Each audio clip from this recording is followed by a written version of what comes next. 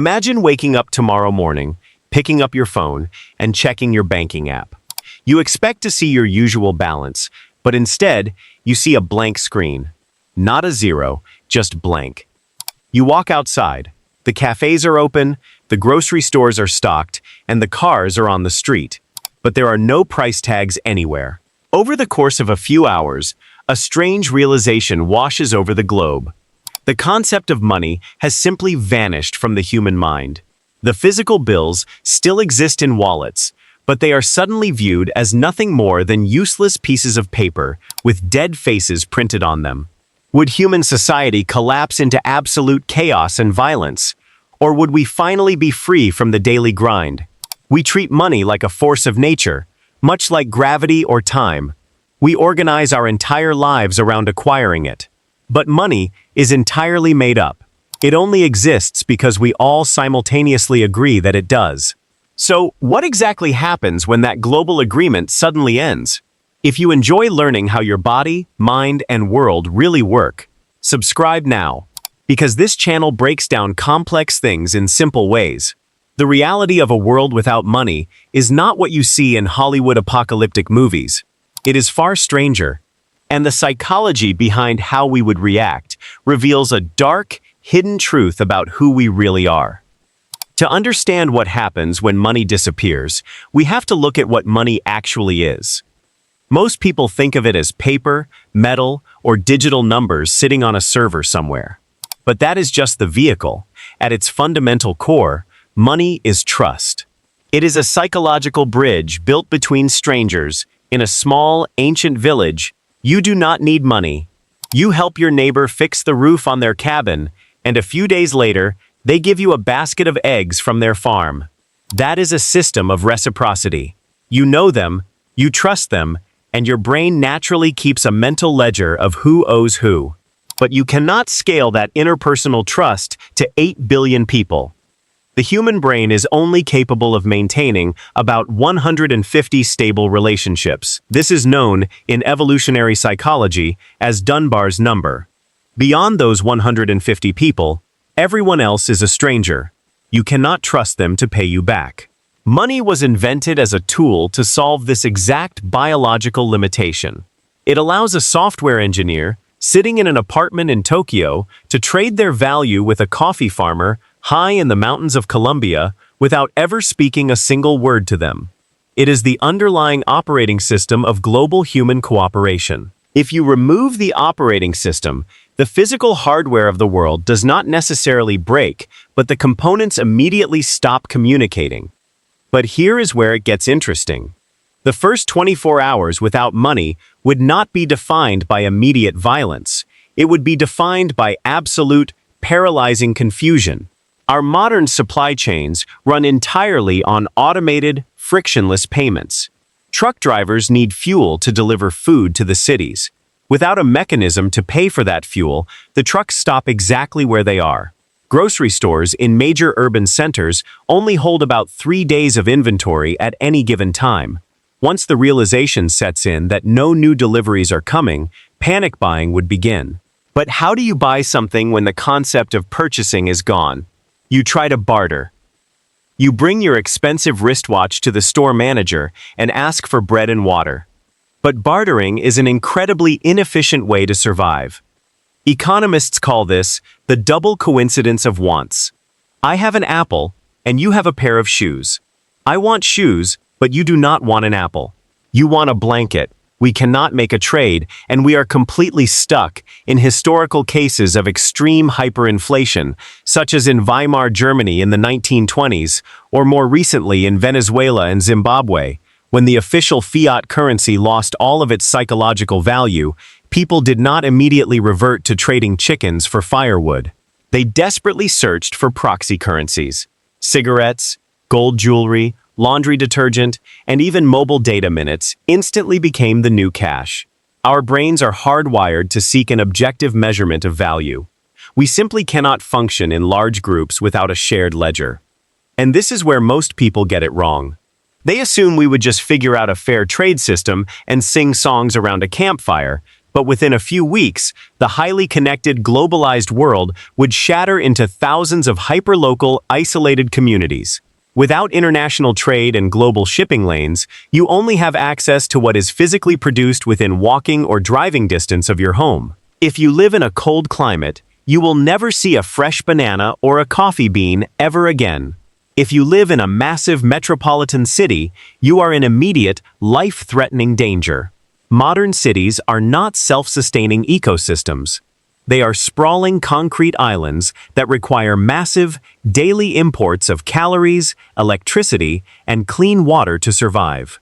As the supply chains permanently freeze, the social fabric of humanity would rapidly tear and reweave itself entirely around practical utility.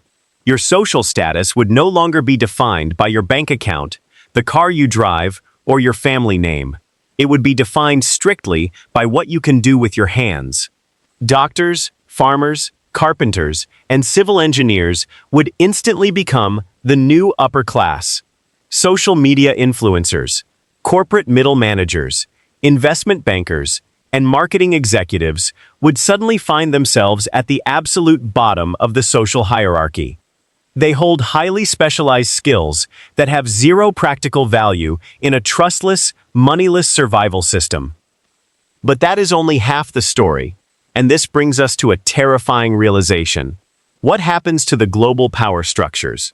Think about the billionaires, the politicians, and the massive multinational corporations. Without money to pay the salaries of the military, the police force, or private security guards, state power dissolves almost overnight. You might be thinking this sounds like a utopian dream. No more billionaires hoarding wealth, no more crushing national debt, no more taxes, and no more corrupt politicians. But removing money does not remove human greed, and it certainly does not remove the human desire for dominance and control. It simply changes the weapons being used. Throughout all of recorded history, whenever a sophisticated economic system completely collapses, warlords step out of the shadows. Power vacuums are always filled. Instead of controlling society's wealth through digital numbers and stock portfolios, the new leaders would control wealth through the strict monopoly of force and the hoarding of vital resources. Whoever controls the local water purification plant, the fuel refinery, or the largest plot of fertile farmland becomes the new central bank. We would not eliminate inequality. We would simply trade economic inequality for raw, physical inequality. To understand the deeper mechanism of why society shifts this way, we need to look deep inside the chemistry of the human brain. We have a fundamental, unavoidable cognitive need to keep score. It is an evolutionary survival mechanism that kept our ancestors alive. Anthropologists call this reciprocal altruism. If a skilled hunter successfully takes down an animal and shares that valuable meat with the rest of the tribe, his brain meticulously tracks who took a piece and who now owes him a favor. This invisible mental ledger ensured that when the hunter got sick or injured, the tribe would take care of him in return. Money is simply the externalization of that deeply ingrained biological instinct. It is a physical, tangible representation of human energy and time. Imagine your personal energy as a battery. You wake up, you go to a difficult job, and you slowly deplete your internal battery.